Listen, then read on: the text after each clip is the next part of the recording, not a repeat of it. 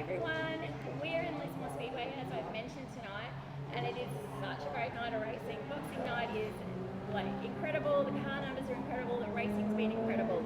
But I was just talking to Kim before, and she said, "I need you to meet someone." So I went over and met this someone, and I'm now going to do an interview. So pretty amazing character, and we will tell you more. So I'd like to introduce you to Randy Lewis. Hi, Randy. Hi, how you doing tonight? Good. So tell us a bit about yourself. You are from? I'm from California. Yep. And what I do in racing is I'm something that's called a track chaser. Yep. And I run around the world trying to see racing at as many different places as I can. Yep. I'm known in the track chasing circles as the world's #1 track chaser. I've seen racing in 86 countries. Wow. Probably about 40 countries in Europe, every country in South America, several countries in Africa. There's Speedway in Africa. Oh yeah, yeah. Really? They've got some really... South Africa? South Africa, let's see, Namibia. Oh my gosh. And I think I've been to 6 African countries to see racing. I'm amazed at some of the high-speed tracks they have. That blows my mind. Yeah, these guys go 120 miles an hour down the straightaway on asphalt road courses. Wow. Yeah. So tell us, how did you said to me you were a race fan originally. How did you get started in this amazing passion? I grew up in the middle of America in a state called Illinois. Yep. And on my block there were about 10 houses, and 3 of the houses had race cars. So on Saturday morning it was like Gasoline Alley, and watching, this is back in old coupe days. Yeah. And so that's how was my interest in racing. And then in business I started to travel a lot. Yes. And we'd have a meeting and I would stay over someplace and for another couple of days and watch the local tracks there. I worked for Procter & Gamble. I retired about 21 years ago. Yep. And I've been traveling about 175 nights a year, every year for the last more than 20 years. And wow. The whole hobby is all about seeing racing at tracks that I've never been to. I'm just trying to see, I don't know if they've got a volume thing here, but that's okay, we should be fine. Yeah. So you said, was it your first visit to Australia in 1989? It was, yes. Yeah. And where did you go first? Can you remember? Parramatta. Parramatta. And Yeah. what did you think? Well, it was interesting. My hobby is about racing, logistics, and travel and meeting people. Yeah. And we actually met a guy riding the train to Parramatta who told us we didn't need a ticket. We would just follow him, hop on the train, we'd get off at a certain place, and he ended up getting busted by the train police for not having a ticket. I was with my wife. We got rained out in the middle of the program, and this guy was nowhere to be seen at that point in time. Yeah. So we had to walk through a warehouse area in the dark at night and get back, find our way to get back on the train, get back into downtown Sydney. So that was the first time we ever came to Australia. Yeah. And now I've been here, this is my 10th trip to Australia just to see racing. And I've seen 53 tracks in each Australian state. I've only been in Western Australia for about 15 hours, but it was long enough to see the racing at the Collie Speedway. Oh, wow. And then later on this week, I'll go back to Western Australia. I'll see 3 more races over there. So you're going to the Perth Motor Complex? Yep. Yeah. Bundaberg and... Bunbury? Yeah, Yep, Bunbury. yes, there you go. And I'm not very good with some of these names. No, I know that, yeah. And Kim Mob or something like that. Oh, yes. I don't even know how to say that. It's like Vanilla Jump or something like that. But Yeah. In the south part, yeah. So, wow. So when did you arrive in Australia this time? I left Los Angeles on the 23rd, and there's an 18-hour time zone difference between here and Los Angeles. Yep. So I landed in the morning on Christmas Day. Oh, wow. Yesterday? Yes.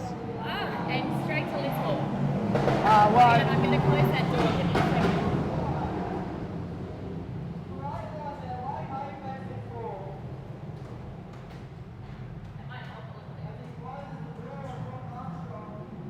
So why Lismore? What was it in your...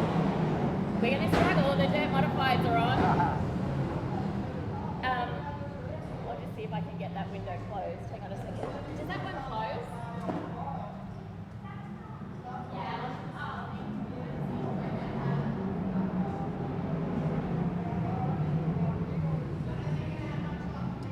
There's not that many quiet places here.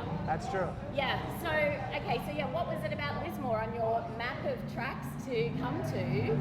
Well, I was going to fly into Brisbane, Yeah. and so I wanted to get a track that was somewhat close to Brisbane, Yeah. roughly. Yes. And I took off the 53 tracks I've already seen in Australia because it's all about seeing tracks for the first time. Yes. And that put Lismore front and center for today, Yeah. and then Carina tomorrow, Yeah.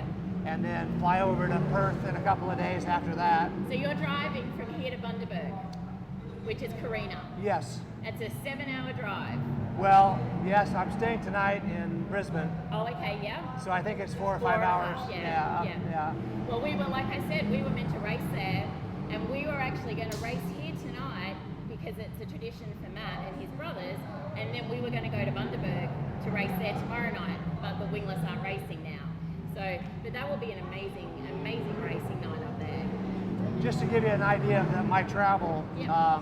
I flew back into the United States from Sweden. I was in Sweden to watch an ice race in March of 2020. Yeah. When I landed about 10 o'clock at night, I got an announcement that said this is the last flight that can come into the United States from Europe because of COVID. COVID, yeah. So that shut me down for a little bit, but I've traveled more than 400 nights since COVID started in March of 2020. Wow. And every year I will fly on about 3 airplanes a week. I'll rent about 50 or 60 cars a year, and I'll travel probably about 200,000 miles a year. I can't even, I mean, that's most people who love Speedway, that's their dream, you know, Right. just to be able to Yeah. do that. My dream is to do that in America.